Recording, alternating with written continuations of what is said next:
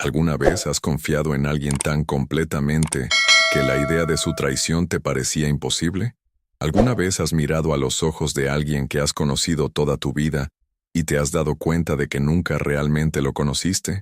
Estoy aquí hoy, con las manos todavía temblando mientras escribo estas palabras, porque necesito compartir contigo la experiencia más devastadora y desgarradora de toda mi existencia, algo que arrancó de raíz cada creencia que tenía sobre la familia, la lealtad y los vínculos que pensamos que nunca se pueden romper. Mi nombre no importa ahora mismo.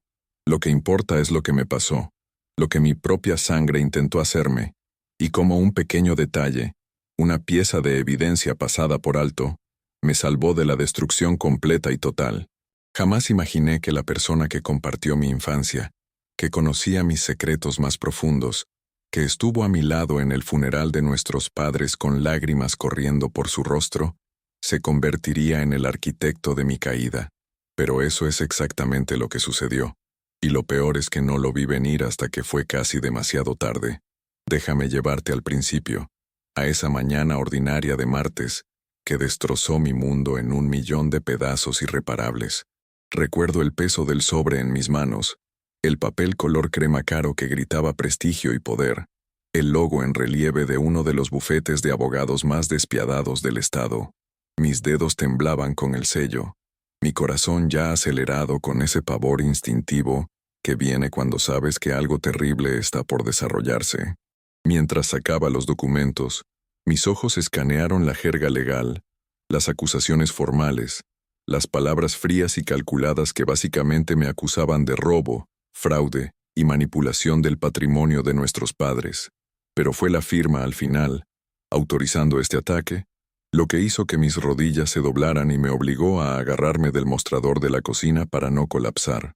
Mi hermano, mi único hermano, la persona a quien había protegido y apoyado a través de cada desafío que la vida le lanzó, había contratado a este bufete para destruirme completamente. No solo para desafiarme en la corte, no solo para disputar algún aspecto del testamento de nuestros padres, sino para desmantelar sistemáticamente mi reputación, mis finanzas y toda mi existencia. El documento describía una campaña de guerra legal que drenaría hasta el último centavo que tenía. Me pintaría como un criminal ante los ojos de todos los que conocía, y potencialmente me enviaría a prisión por crímenes que nunca cometí.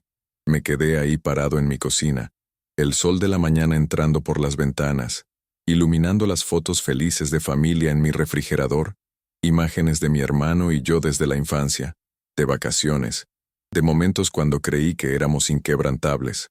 ¿Cuántas veces me había dicho que me amaba? ¿Cuántas veces habíamos prometido cuidarnos siempre el uno al otro? La traición cortó más profundo que cualquier herida física podría alcanzar. Fue una violación de todo lo sagrado, una profanación de cada memoria compartida y cada momento de confianza que habíamos construido durante 37 años.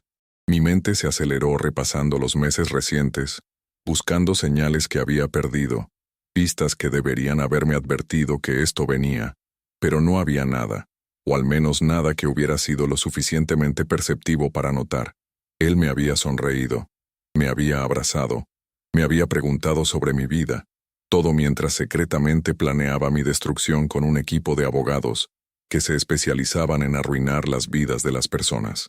Los papeles temblaban en mis manos mientras leía las acusaciones nuevamente, cada una más absurda y maliciosa que la anterior, afirmaciones de que había manipulado a nuestros padres ancianos, que había influido en ellos para hacerme albacea específicamente para poder robar del patrimonio, que había ocultado activos y guardado dinero que legítimamente pertenecía a mi hermano, que había fabricado gastos y me había pagado honorarios excesivos por mi trabajo como albacea.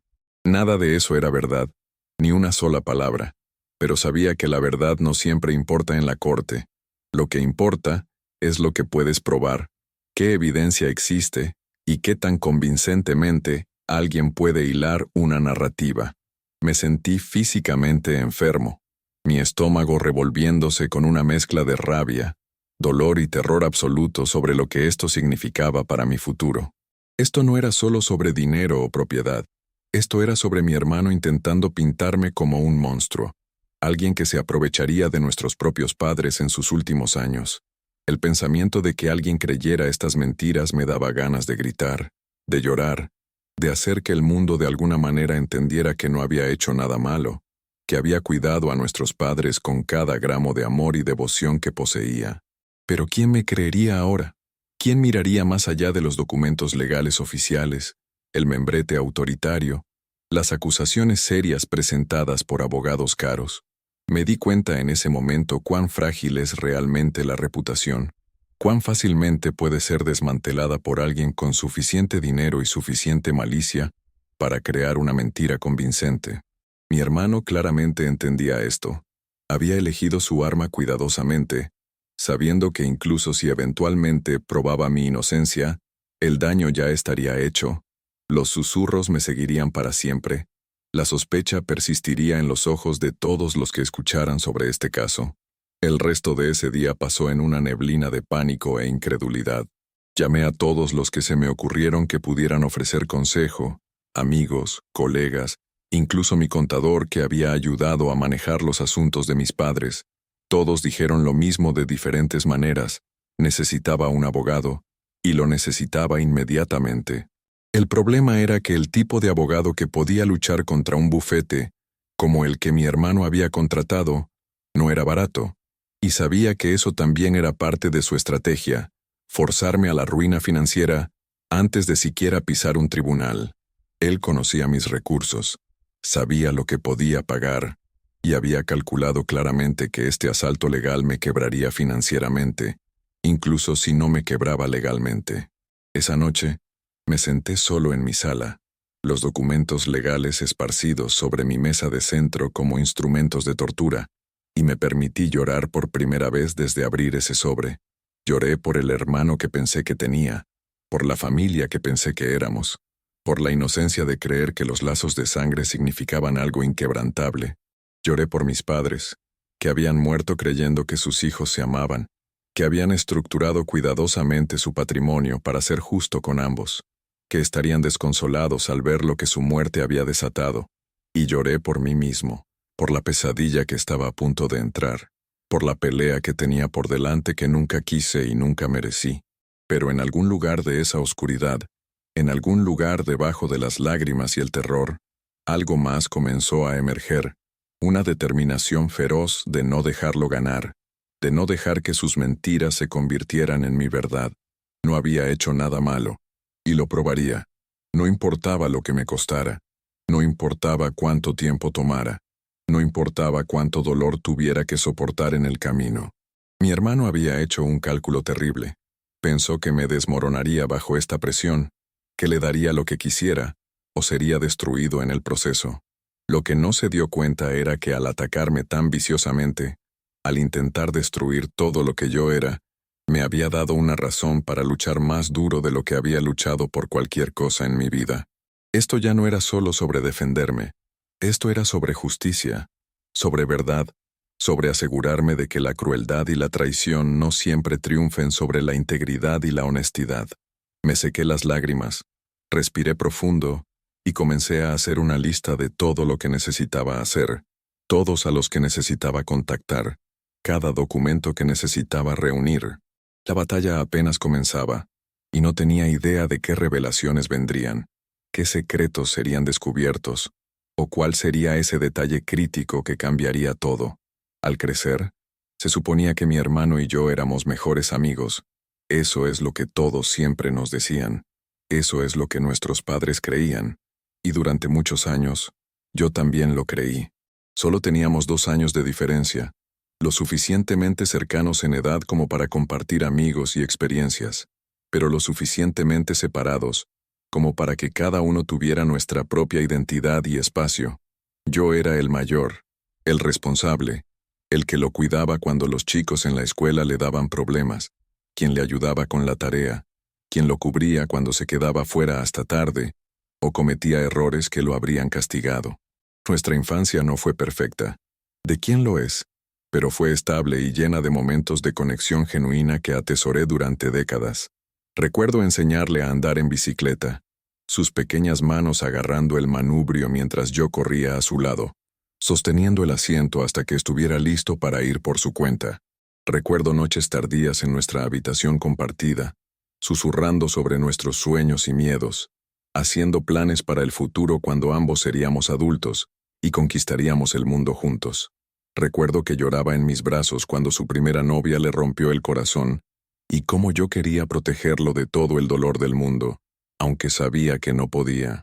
Nuestros padres eran buena gente, trabajadores y amorosos, que construyeron una vida cómoda de clase media a través de décadas de sacrificio y decisiones inteligentes. Papá trabajaba como ingeniero, constante y confiable, mientras que mamá enseñaba en la escuela primaria y llenaba nuestro hogar de calidez y creatividad. No eran ricos, pero estaban cómodos, y nos enseñaron a ambos el valor de la educación, la integridad y cuidar de la familia. Las cenas dominicales eran sagradas en nuestra casa, un momento cuando todos nos reuníamos alrededor de la mesa para compartir comida e historias, para reír y discutir, y simplemente estar juntos.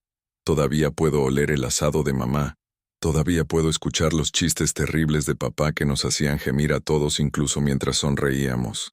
Mi hermano y yo a veces nos uníamos para burlarnos gentilmente de nuestros padres, bromas internas y burlas juguetonas que venían de un lugar de afecto profundo.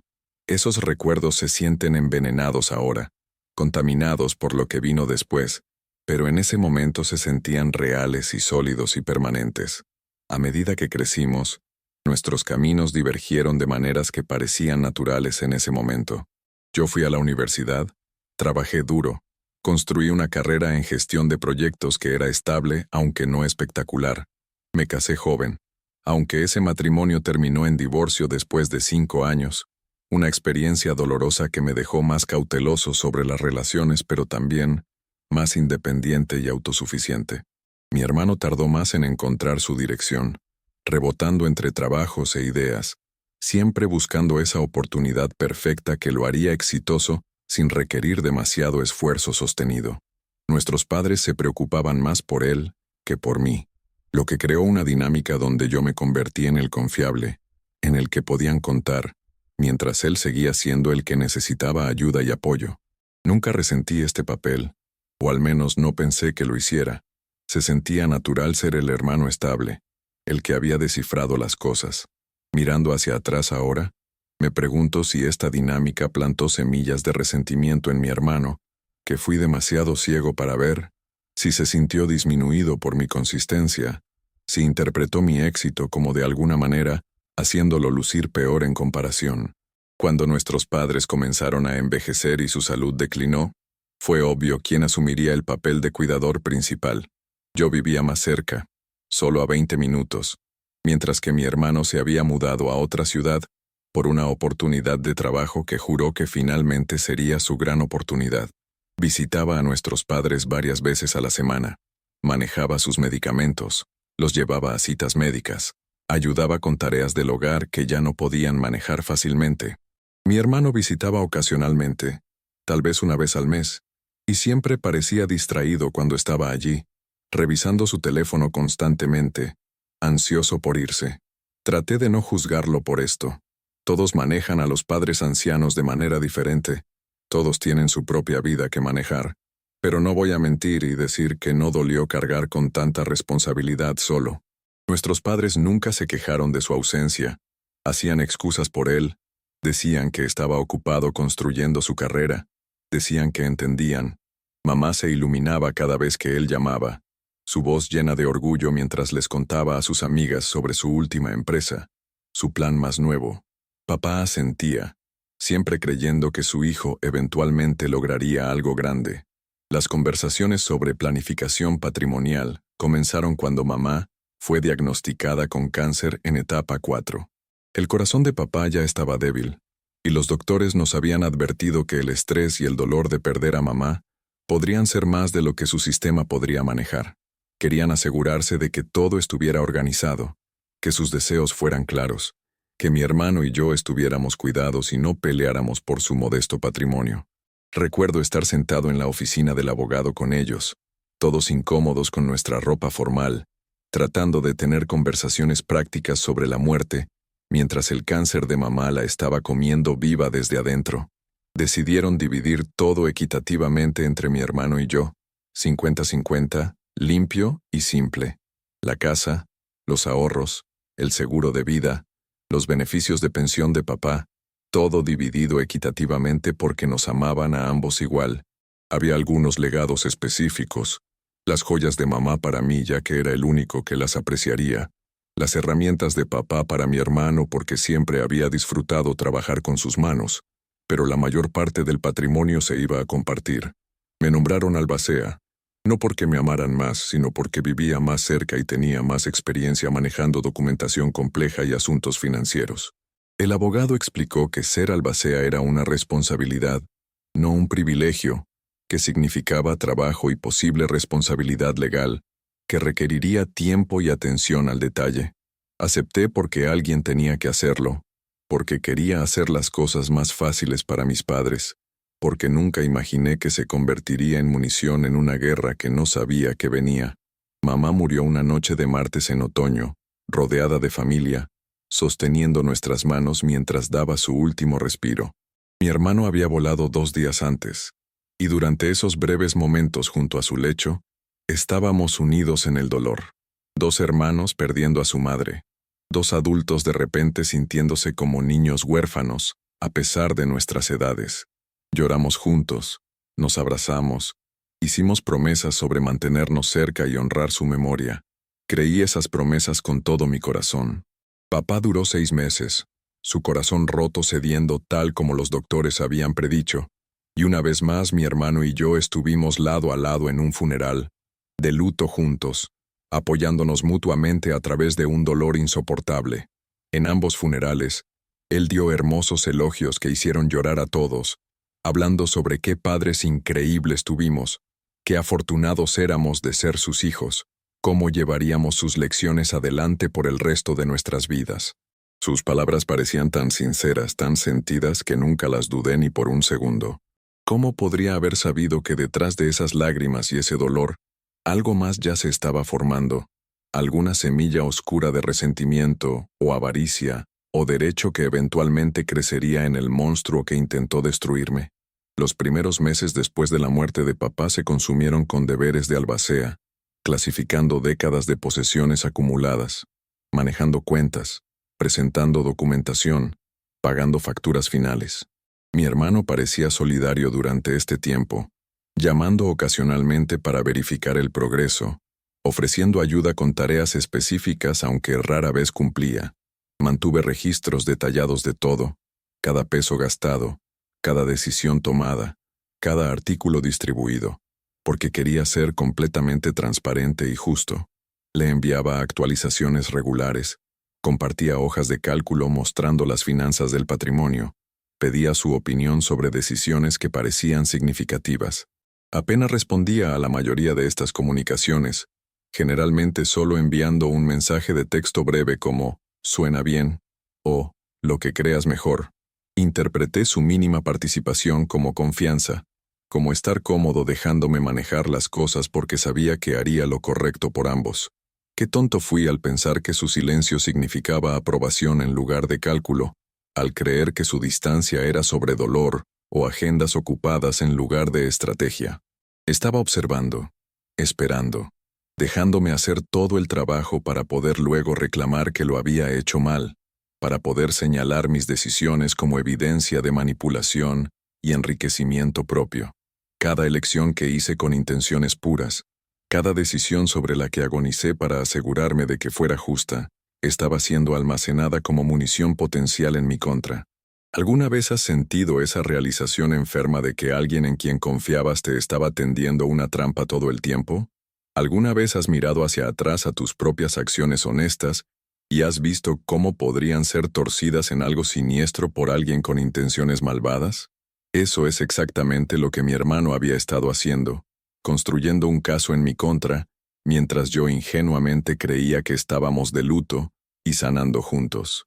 El patrimonio tomó casi 1 año en liquidarse completamente, lo cual es bastante rápido para estas cosas, pero para cuando todo estaba finalizado y los activos estaban listos para ser distribuidos según los deseos de nuestros padres, Algo había cambiado en mi hermano. Sus llamadas se volvieron menos frecuentes, sus mensajes más cortantes, y cuando hablábamos, había un tono en su voz que no había estado allí antes. Traté de abordarlo directamente, preguntándole si algo estaba mal, si había hecho algo para molestarlo, pero siempre desviaba, alegando que solo estaba estresado por el trabajo o cansado de su horario. La distribución final ocurrió una fría mañana de febrero, ambos reuniéndonos con el abogado del patrimonio para firmar papeles y recibir nuestras herencias. Cada uno se fue con aproximadamente $400,000, una suma que representaba los ahorros de toda la vida de nuestros padres, inversiones cuidadosas y la venta de su modesta casa. No era una fortuna, pero era dinero significativo que podía cambiar vidas si se usaba sabiamente. Me sentí emocional al recibir ese cheque, sabiendo que representaba el fin de la presencia física de mis padres en el mundo, el cierre final de ese capítulo. Mi hermano parecía extrañamente desapegado, apenas haciendo contacto visual, dejando la reunión rápidamente con un breve asentimiento en mi dirección. Esa fue la última vez que lo vi en persona antes de la demanda. El último momento en que existimos en el mismo espacio como hermanos en lugar de enemigos. Si hubiera sabido que sería nuestra última interacción pacífica, ¿habría dicho algo diferente? ¿Habría intentado más duro romper a través de cualquier muro que se estaba construyendo entre nosotros? Nunca lo sabré. Los meses que siguieron fueron tranquilos. Deposité mi herencia, pagué mi hipoteca, invertí el resto conservadoramente para mi futuro. Intenté llamar a mi hermano algunas veces para ver cómo estaba, qué planeaba hacer con su herencia, pero nunca contestaba, y sus devoluciones de llamadas se volvieron cada vez más raras.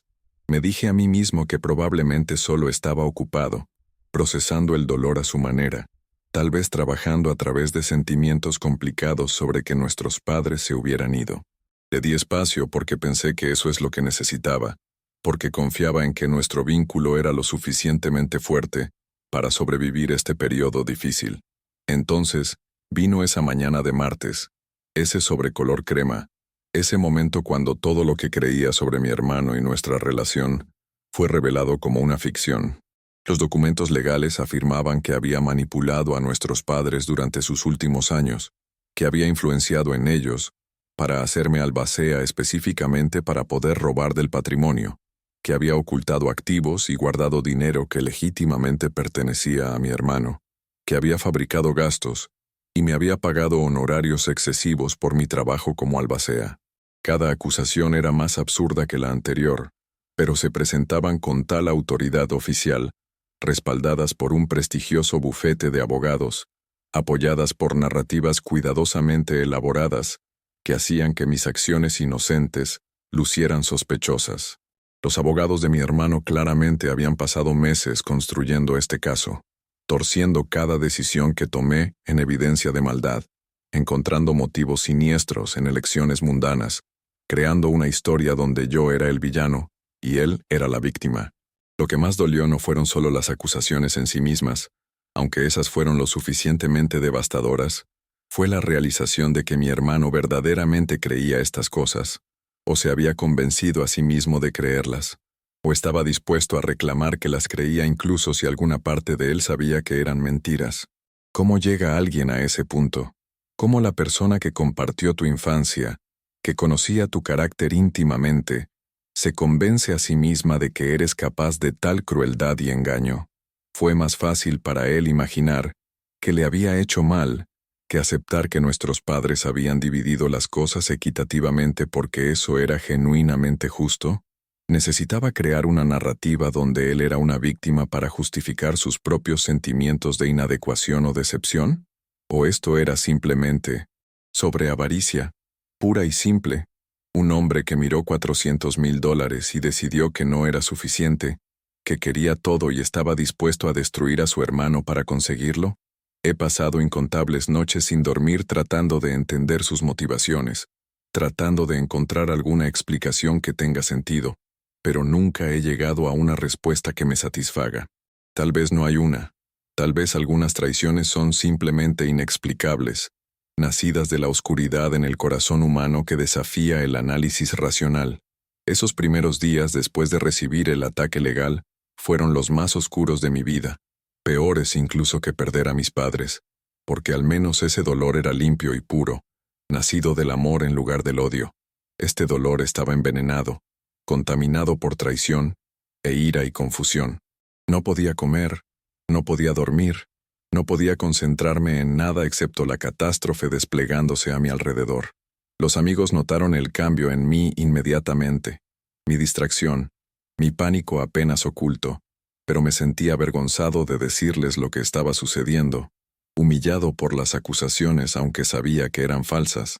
Hay algo sobre ser acusado que te hace sentir culpable incluso cuando eres inocente, como si la mera existencia de la alegación de alguna manera te manche. Me encontré repasando cada interacción que había tenido con mis padres en sus últimos años, cada decisión que había tomado como albacea, buscando cualquier cosa que posiblemente pudiera ser malinterpretada, cualquier acción inocente que pudiera lucir sospechosa bajo escrutinio hostil. El abogado que había ayudado a mis padres con su planificación patrimonial estaba retirado ahora.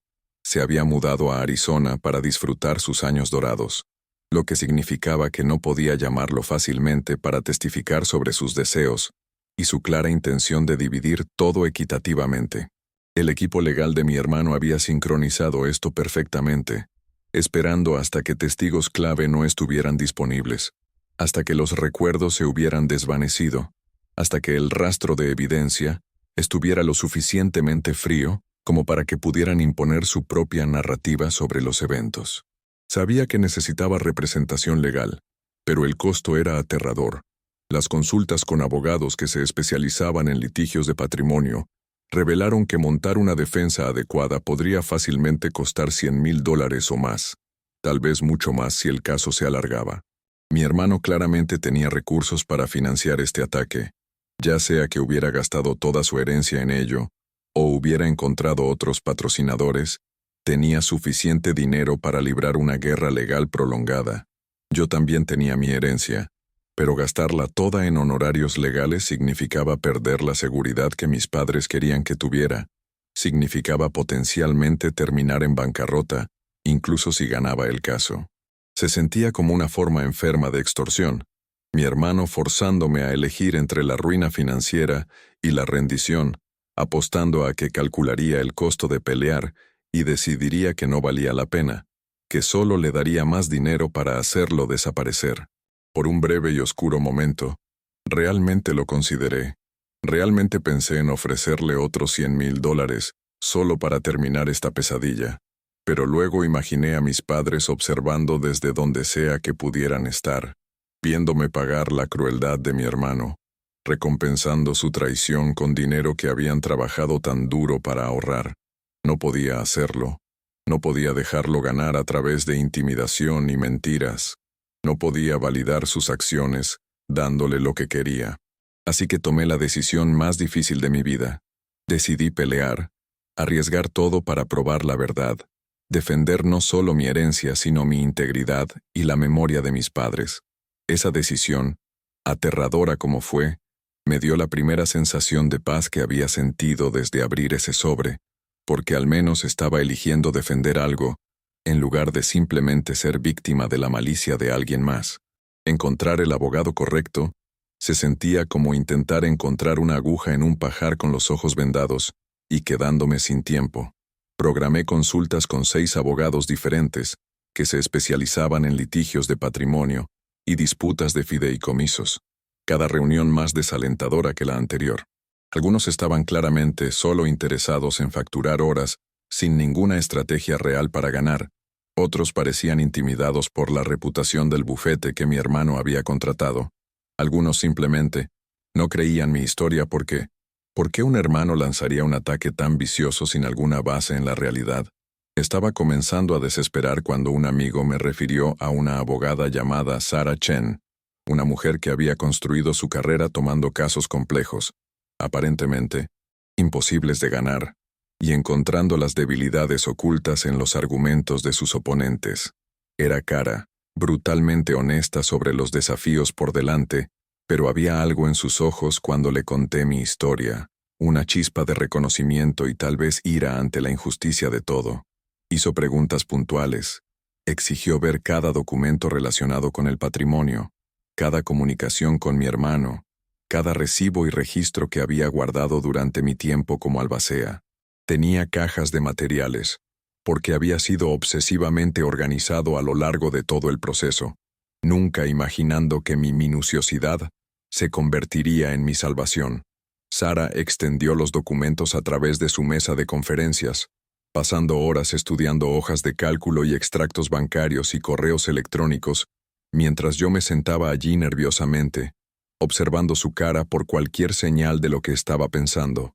Finalmente, levantó la vista hacia mí y dijo algo que nunca olvidaré. Dijo que mi hermano había cometido un error crítico al ir tras de mí tan agresivamente sin tener ninguna evidencia real para apoyar sus reclamos. Dijo que su caso estaba construido enteramente sobre insinuaciones y teorías de conspiración, que esperaba que yo no pudiera probar mi inocencia en lugar de poder probar mi culpabilidad, y que este enfoque solo funcionaba si el acusado era desorganizado o había hecho realmente algo malo. Pero yo no era desorganizado. Tenía documentación para literalmente cada centavo que había fluido a través del patrimonio, cada decisión que había tomado, cada gasto que había autorizado. Sara explicó que los abogados de mi hermano probablemente asumieron que no tendría registros tan detallados, que la mayoría de los albaceas no llevan un seguimiento de las cosas tan meticulosamente, y que sin mis registros, su narrativa podría haber sido realmente creíble. Pero con mi documentación, podíamos refutar cada acusación sistemáticamente. Podíamos mostrar que todo lo que hice no solo era legal, sino exactamente lo que nuestros padres habían querido, y podíamos potencialmente exponer la demanda de mi hermano como un ataque sin fundamento motivado por avaricia en lugar de agravio genuino. Por primera vez desde que comenzó esta pesadilla, sentí un destello de esperanza, una posibilidad de que la justicia pudiera realmente prevalecer, de que la verdad pudiera realmente importar.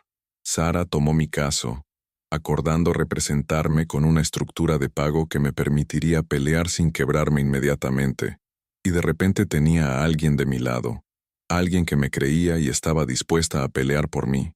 Esa sensación de tener un defensor, de no estar solo más, trajo lágrimas a mis ojos allí mismo en su oficina. Los siguientes varios meses se consumieron con preparación legal, reuniendo evidencia, preparando deposiciones, respondiendo a solicitudes de descubrimiento de los abogados de mi hermano.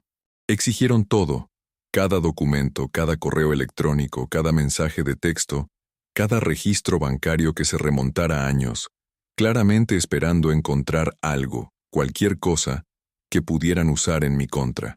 Sara y su equipo trabajaron incansablemente para responder a cada solicitud, para proporcionar documentación tan exhaustiva que no dejara espacio para duda o especulación. También lanzamos nuestra propia investigación sobre los reclamos de mi hermano, examinando cómo había gastado su herencia, buscando cualquier evidencia que pudiera explicar sus motivaciones o contradecir su retrato de sí mismo como víctima. Lo que encontramos fue preocupante. Mi hermano aparentemente había quemado la mayor parte de su herencia en meses, haciendo inversiones riesgosas que fallaron, gastando lujosamente en cosas que no podía pagar, viviendo muy por encima de sus medios. Su demanda en mi contra no era solo sobre avaricia, era sobre desesperación, sobre un hombre que había desperdiciado sus propias oportunidades y ahora quería culpar a alguien más, tomar lo que yo tenía porque había desperdiciado lo que recibió. Este conocimiento no me hizo sentir mejor. Si acaso hizo la situación más triste, aquí estaba mi hermano, destruyendo nuestra relación por dinero que probablemente desperdiciaría igual que había desperdiciado su herencia, incapaz de ver que el verdadero tesoro que nuestros padres nos dejaron era el uno al otro, era la familia, era el vínculo, que se suponía trascendía las preocupaciones materiales. El proceso de descubrimiento reveló algo más también, patrones en cómo los abogados de mi hermano estaban construyendo su caso, inconsistencias en la línea de tiempo que estaban tratando de establecer, pequeños detalles que no cuadraban del todo. Sara comenzó a sospechar que mi hermano no había sido completamente honesto con su propio equipo legal, que probablemente había tergiversado hechos u omitido información clave para hacer que su caso sonara más fuerte de lo que realmente era. Esto aparentemente es común en casos impulsados por emoción en lugar de realidad.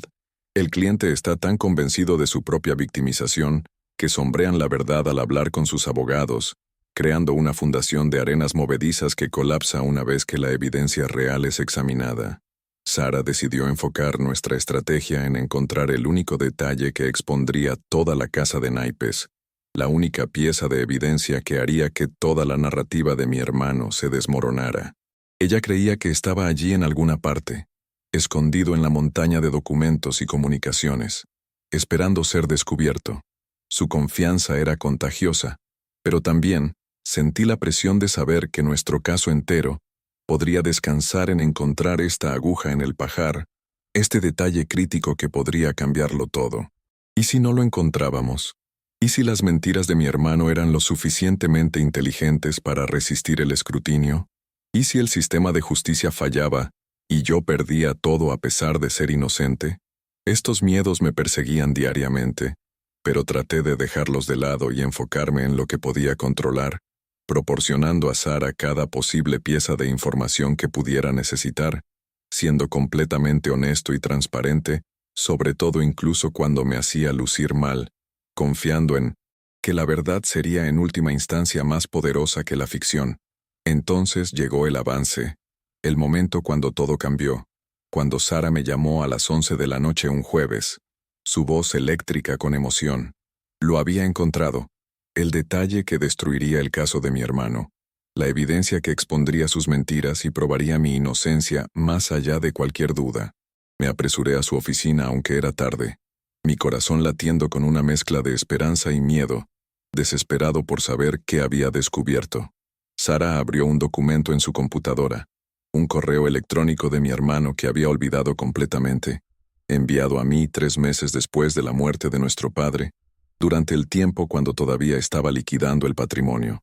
En ese correo electrónico, mi hermano me había agradecido por mi trabajo como albacea, específicamente reconociendo que estaba manejando todo justa y transparentemente, elogiando mis habilidades organizacionales y atención al detalle. Había escrito, y recuerdo estas palabras claramente una vez que Sara me las mostró, había escrito que confiaba en mí completamente, que sabía que nuestros padres habían tomado la decisión correcta al nombrarme albacea, y que estaba agradecido de no tener que lidiar con todo el papeleo y las complicaciones él mismo. Este correo electrónico, casual y sincero cuando lo escribió, era devastador para sus reclamos actuales, porque ¿cómo podía yo haber estado manipulando y robándole si me estaba agradeciendo por mi justicia en ese momento? ¿Cómo podía reclamar que lo había engañado si estaba explícitamente declarando su confianza y seguridad en mis acciones? Pero había más. Sara había descubierto una serie de mensajes de texto entre mi hermano y un amigo, mensajes que habían sido incluidos en un lote de documentos que sus abogados habían sido requeridos a entregarnos. En estos mensajes, enviados solo unas semanas antes de que presentara la demanda, mi hermano estaba discutiendo sus problemas financieros, quejándose de cómo había desperdiciado su herencia, expresando celos de que yo había sido más responsable con mi dinero. Su amigo aparentemente había sugerido que tal vez podía conseguir más dinero del patrimonio, desafiando cómo se habían distribuido las cosas, y mi hermano se había aferrado a esta idea inmediatamente. Los textos lo mostraban estrategizando sobre qué acusaciones podrían funcionar, qué historia sería más convincente, cómo podía enmarcar su desesperación financiera como mi maldad. Estos mensajes eran esencialmente una confesión de que su demanda no tenía fundamento, que sabía que yo no había hecho nada malo, que todo el caso era una fabricación motivada por sus propias malas decisiones y su envidia de mi estabilidad. Sara explicó que estos textos, combinados con su correo electrónico anterior elogiando mi trabajo como albacea, probablemente terminarían el caso inmediatamente una vez presentados a un juez, que ningún tribunal razonable dejaría que esto continuara una vez que vieran evidencia de que mi hermano había fabricado sus reclamos de la nada. Debería haberme sentido triunfante en ese momento, aliviado de que tenía la evidencia para probar mi inocencia y destruir el ataque de mi hermano. En cambio, sentí una tristeza profunda que iba más profundo que cualquier cosa que había experimentado antes. Esto ya no era solo sobre ganar el caso, Era sobre confrontar la prueba irrefutable de que mi hermano había deliberadamente intentado destruirme, que sabía que sus acusaciones eran falsas, que había elegido conscientemente crear una ficción maliciosa sobre mi carácter y mis acciones. Alguna parte de mí había estado aferrándose a la esperanza de que tal vez genuinamente creía sus acusaciones, que de alguna manera se había convencido a sí mismo de una versión distorsionada de los eventos, que su ataque venía de confusión o paranoia inducida por el dolor en lugar de malicia calculada. Pero estos mensajes de texto destruyeron ese último refugio de interpretación caritativa. Me mostraron que mi hermano sabía exactamente lo que estaba haciendo, que había decidido fríamente que destruirme valía la pena si significaba que podía conseguir más dinero. La persona que había amado y protegido toda mi vida ya no existía, si alguna vez realmente había existido, y esa pérdida se sentía más devastadora que cualquier cosa que la demanda podría haberme hecho. Me senté en la oficina de Sara esa noche, mirando esos mensajes en la pantalla de su computadora, y lloré la muerte de mi hermano más completamente de lo que había llorado a mis padres, porque al menos ellos habían dejado este mundo todavía amándome, todavía creyendo en mí, mientras que mi hermano había elegido convertirse en alguien que no reconocía, alguien capaz de crueldad profunda hacia la persona que siempre había estado de su lado. Sara me aseguró que podíamos terminar esto rápidamente ahora, que presentaría mociones presentando esta evidencia y solicitando sanciones contra mi hermano y sus abogados por perseguir una demanda frívola. Explicó que el tribunal incluso podría ordenarle pagar mis honorarios legales, que podría haber consecuencias por traer acusaciones tan sin fundamento, pero me encontré dudando, luchando con sentimientos complicados sobre lo que quería que sucediera después. Parte de mí quería destruirlo de la manera en que había intentado destruirme, presentar esta evidencia de la manera más pública y humillante posible, asegurarme de que todos supieran lo que había hecho y cómo había mentido. Pero otra parte de mí, la parte que todavía recordaba enseñarle a andar en bicicleta y consolarlo a través de desamores, se preguntaba si había una mejor manera, si había algún camino hacia la resolución que no requiriera que yo lo aniquilara completamente. Le pedí tiempo a Sara para pensar, tiempo para procesar lo que habíamos descubierto y decidir cómo quería usar esta evidencia. Ella respetó mi solicitud, pero me advirtió que no dejara que el sentimiento nublara mi juicio. Me recordó que mi hermano no me había mostrado piedad y no merecía ninguna en retorno.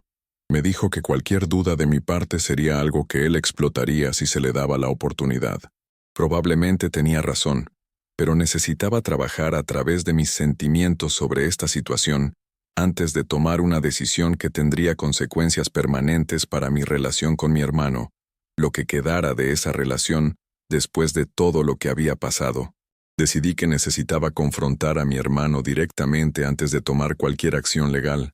Necesitaba mirarlo a los ojos y preguntarle por qué. Necesitaba darle una oportunidad de explicarse o disculparse o mostrar algún destello de la persona que solía conocer. Sara aconsejó fuertemente en contra de esto. Dijo que cualquier contacto podría complicar el caso o darle advertencia sobre qué evidencia habíamos descubierto, pero insistí en que necesitaba este cierre para mi propia paz mental. Organicé reunirme con él en un lugar neutral, una cafetería a medio camino entre nuestras ciudades, enviándole un mensaje que simplemente decía que necesitábamos hablar en persona antes de que esto fuera más lejos. Estuvo de acuerdo, probablemente pensando que estaba listo para ceder a sus demandas, probablemente esperando que le ofreciera dinero para hacer que la demanda desapareciera. Cuando llegué a la cafetería, mi hermano ya estaba allí, sentado en una mesa de esquina, luciendo más delgado de lo que recordaba, círculos oscuros bajo sus ojos, su ropa ligeramente arrugada. Por solo un momento, al verlo así, sentí un destello de preocupación fraternal, un instinto de preguntar si estaba bien, de ofrecer ayuda. Entonces recordé por qué nos estábamos reuniendo, recordé lo que había intentado hacerme, y mi corazón se endureció nuevamente. Nos sentamos uno frente al otro en silencio incómodo por unos momentos, la charla casual de otros clientes de la cafetería creando un telón de fondo surrealista para nuestra confrontación. Finalmente rompí el silencio, preguntándole simplemente por qué estaba haciendo esto, qué había hecho para merecer tal trato. Su respuesta fue defensiva y ensayada, repitiendo las mismas acusaciones que sus abogados habían hecho en sus presentaciones legales, reclamando que había manipulado a nuestros padres y robado dinero que le pertenecía. Lo dejé terminar su guión. Luego saqué mi teléfono y le mostré el correo electrónico que me había enviado, elogiando mi trabajo como albacea. Observé su cara perder el color mientras reconocía sus propias palabras. Le pregunté cómo podía reclamar que lo había engañado cuando me había agradecido explícitamente por mi justicia en ese momento. Tartamudeó sobre su respuesta. Trató de reclamar que había aprendido nueva información desde entonces, que no había entendido el panorama completo cuando escribió ese correo electrónico. Así que le mostré los mensajes de texto con su amigo, los que estrategizaba sobre fabricar acusaciones para conseguir más dinero, donde admitía que su demanda estaba motivada por su propia irresponsabilidad financiera, en lugar de cualquier maldad de mi parte. La mirada en su cara cambió de defensiva a atrapada, como un animal atrapado en los faros, y por un momento pensé que realmente podría romperse y admitir la verdad. En cambio, se enojó, su cara enrojeciendo mientras se levantaba de la mesa, su voz subiendo lo suficiente como para que otros clientes comenzaran a mirarnos. Me acusó de invadir su privacidad al leer sus mensajes de texto, reclamó que los textos estaban sacados de contexto, dijo que yo era el que estaba manipulando evidencia ahora. Era absurdo y desesperado, sus argumentos desmoronándose incluso mientras los hacía, pero lo que más me impactó fue que todavía no podía admitir la verdad, todavía no podía simplemente decir que lo sentía y reconocer lo que había hecho. Me mantuve calmado. Mantuve mi voz baja y firme. Le dije que tenía estos mensajes porque sus propios abogados habían sido requeridos a entregarlos durante el descubrimiento, que no había invasión de privacidad, solo el proceso legal normal exponiendo sus mentiras. Le dije que podía acabarlo con esta evidencia, que podía mostrársela a un juez y no solo ganar el caso, sino potencialmente hacer que lo sancionaran por presentar una demanda frívola, que podía asegurarme de que todos los que conocíamos entendieran lo que había hecho. Lo vi desinflarse mientras se daba cuenta de las implicaciones completas de lo que estaba diciendo. Vi miedo reemplazar la ira en sus ojos, mientras entendía que había perdido, que su ataque había fallado, que las consecuencias venían. Entonces le dije lo que había decidido durante mi noche de insomnio de reflexión. Le dije que le daría una oportunidad de terminar esto con algo de dignidad intacta. Si desestimaba la demanda inmediatamente, si firmaba una declaración admitiendo que sus acusaciones eran falsas y disculpándose por hacerlas, si acordaba nunca hablar públicamente sobre nada de esto, entonces no perseguiría sanciones contra él, no lo demandaría por los costos legales que me había causado, no compartiría la evidencia de sus mentiras con nuestra familia extendida y amigos. Era más misericordia de la que merecía, más gracia de la que Sara pensaba que debería ofrecer, pero se sentía como lo correcto, la elección que mis padres habrían querido que hiciera si podía hacerla sin sacrificar mi propia justicia. Mi hermano se sentó pesadamente, su ira reemplazada por algo que parecía resignación, o tal vez alivio de que había una opción de salida. Pidió tiempo para pensarlo, para hablar con sus abogados, pero le dije que no. La oferta solo era buena ahora mismo, en este momento. Tómala o déjala, pero decide inmediatamente. La dinámica de poder se había invertido completamente. Ya no era la víctima de su ataque, sino el que tenía todas las cartas, y él lo sabía. Después de un largo momento de silencio, asintió, acordó mis términos. Preguntó qué necesitaba hacer. Llamé a Sara allí mismo desde la cafetería. Hice que redactara los papeles de desestimación y la declaración de retractación. Organicé que nos reuniéramos en su oficina a la mañana siguiente para firmar todo. Mi hermano se fue sin decir adiós, saliendo de la cafetería y de mi vida, y me quedé sentado allí solo con mi café, sintiéndome vacío en lugar de victorioso, llorando la muerte de nuestra relación y preguntándome si había tomado la decisión correcta. A la mañana siguiente, mi hermano apareció en la oficina de Sara con su abogado, un hombre de traje caro que lucía profundamente incómodo con la situación en la que su cliente lo había puesto. La firma fue breve y formal, mi hermano apenas mirándome mientras reconocía que sus acusaciones habían sido falsas, que retiraba todos los reclamos contra mí, que lamentaba el daño que había causado. Su abogado claramente lo había aconsejado sobre qué decir y qué no decir, manteniendo su declaración mínima para evitar crear responsabilidad adicional. Sara había preparado todo perfectamente. La desestimación con prejuicio significaba que nunca podría traer estos reclamos nuevamente. La retractación era clara e inequívoca. El acuerdo de confidencialidad nos protegía a ambos de que esto se convirtiera en drama público.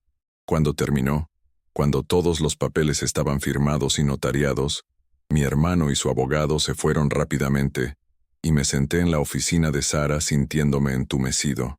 Ella me felicitó por ganar, por protegerme, por obtener justicia sin tener que pasar por un juicio público brutal. Dijo que estaba orgullosa de cómo había manejado todo, que había mostrado integridad a lo largo de un proceso diseñado para quebrarme. Sus palabras significaron algo, pero no llenaron el vacío dejado por perder a mi hermano. No arreglaron la familia que ahora estaba permanentemente rota. No me devolvieron la inocencia de creer que los lazos de sangre significaban lealtad incondicional. Las semanas después de que terminó la demanda fueron extrañas. La vida volviendo a la normalidad en la superficie, mientras todo se sentía fundamentalmente cambiado por debajo. Volví al trabajo. Reconecté con amigos que había descuidado durante la crisis legal. Traté de reconstruir rutinas que se sintieran estables y predecibles. Pero era diferente ahora, marcado por la experiencia de maneras tanto visibles como invisibles. Más cauteloso sobre confiar en la gente, más consciente de cuán fácilmente las relaciones pueden ser destruidas, más consciente de la oscuridad que puede esconderse en corazones humanos, incluso en personas que pensamos que conocemos completamente.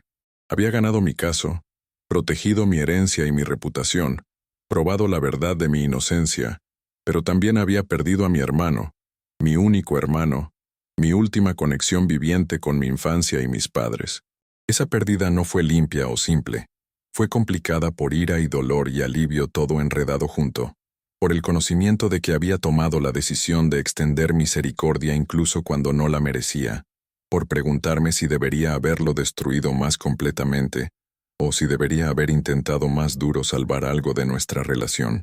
Me encontré pensando en nuestros padres constantemente, imaginando lo que pensarían sobre cómo habían terminado las cosas, si estarían orgullosos de cómo me había defendido, o con el corazón roto de que sus hijos se hubieran convertido en enemigos. Visité sus tumbas por primera vez desde que terminó la demanda, trayendo flores y quedándome allí en el cementerio tranquilo, hablándoles como si pudieran escucharme. Les conté lo que había pasado, expliqué las decisiones que había tomado, me disculpé por no poder mantener a nuestra familia unida de la manera que habían querido. La piedra no dio respuestas. No ofreció consuelo más allá del conocimiento de que al menos habían muerto creyendo que sus hijos se amaban, habían sido salvados del dolor de ver lo que su muerte había causado en última instancia. Me di cuenta de que en cierto modo, proteger ese recuerdo final para ellos había sido parte de mi motivación para manejar las cosas de la manera en que lo hice, por no hacer el conflicto más público de lo necesario, por darle a mi hermano una salida que le permitiera retener algo de dignidad.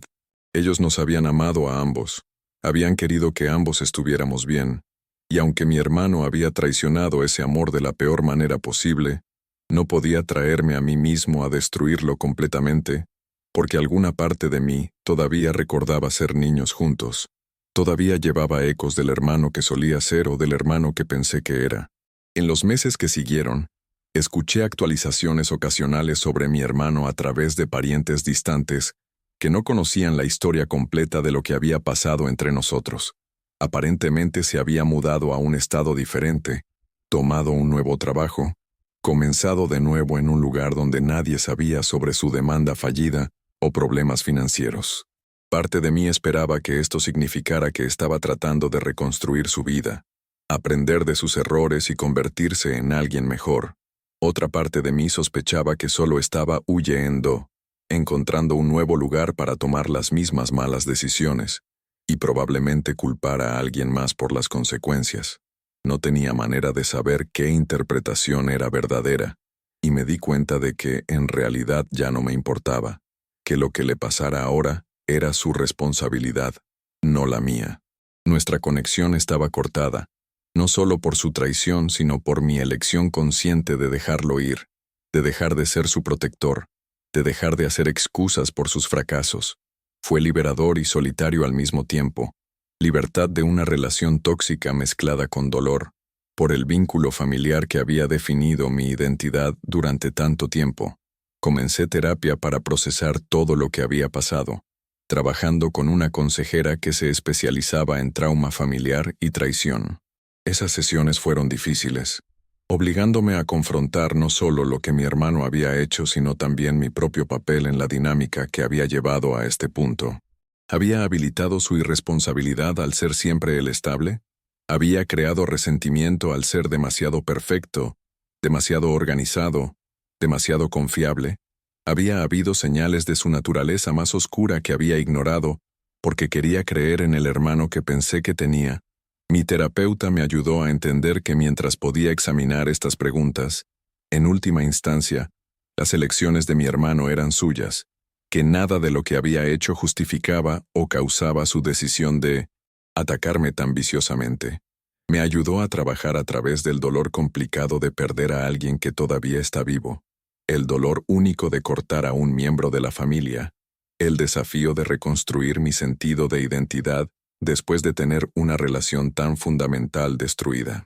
Lentamente, durante muchos meses, comencé a sentirme más en paz, no sanado completamente pero funcional, capaz de recordar a mis padres sin la sombra de la demanda oscureciendo cada memoria, capaz de pensar sobre el futuro sin ansiedad constante sobre amenazas legales. Aproximadamente un año después de que todo terminó, recibí una carta inesperada por correo, reenviada a través de la oficina de Sara para que mi hermano no pudiera obtener mi dirección actual. Era de él, escrita a mano en papel común, varias páginas de lo que parecía ser un intento de disculpa o explicación. Miré ese sobre durante días antes de abrirlo, temeroso de lo que podría decir, temeroso de que reabriera heridas que finalmente estaban comenzando a sanar. Cuando finalmente lo leí, la carta divagaba y era algo incoherente, mi hermano tratando de explicar sus acciones a través de una mezcla de excusas y lo que parecía remordimiento genuino. Habló sobre sentirse inadecuado toda su vida, sobre vivir en mi sombra, sobre los elogios de nuestros padres hacia mí, haciéndolo sentir como un fracaso. Admitió que había desperdiciado su herencia en malas inversiones y intentos desesperados de probarse exitoso, que verme ser responsable con mi dinero lo había hecho sentir aún peor sobre sus propias elecciones. Afirmó que cuando su amigo había sugerido demandarme, se había sentido como una forma de externalizar su odio hacia sí mismo, culpar a alguien más por sus fracasos en lugar de aceptar responsabilidad. La carta incluía frases como «estaba equivocado» y «lo siento», pero se sentían huecas de alguna manera, palabras sin entendimiento real detrás de ellas, una disculpa que buscaba absolución sin demostrar verdadera comprensión del daño que había causado. La carta preguntaba si algún día podríamos tener una relación nuevamente. Sugería que tal vez con tiempo y terapia, podríamos reconstruir algún tipo de conexión, incluso si nunca podría ser lo que una vez fue. Dijo que entendía si necesitaba más tiempo, o si nunca podía perdonarlo, pero que quería que supiera que lamentaba lo que había hecho.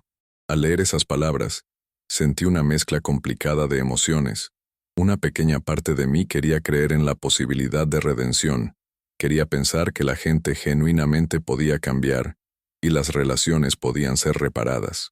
Pero una parte más grande y más sabia de mí reconoció que esta carta probablemente era solo otra forma de manipulación, mi hermano buscando aliviar su propia culpa en lugar de hacer enmiendas verdaderamente, queriendo perdón sin haberlo ganado a través de comportamiento cambiado y tiempo.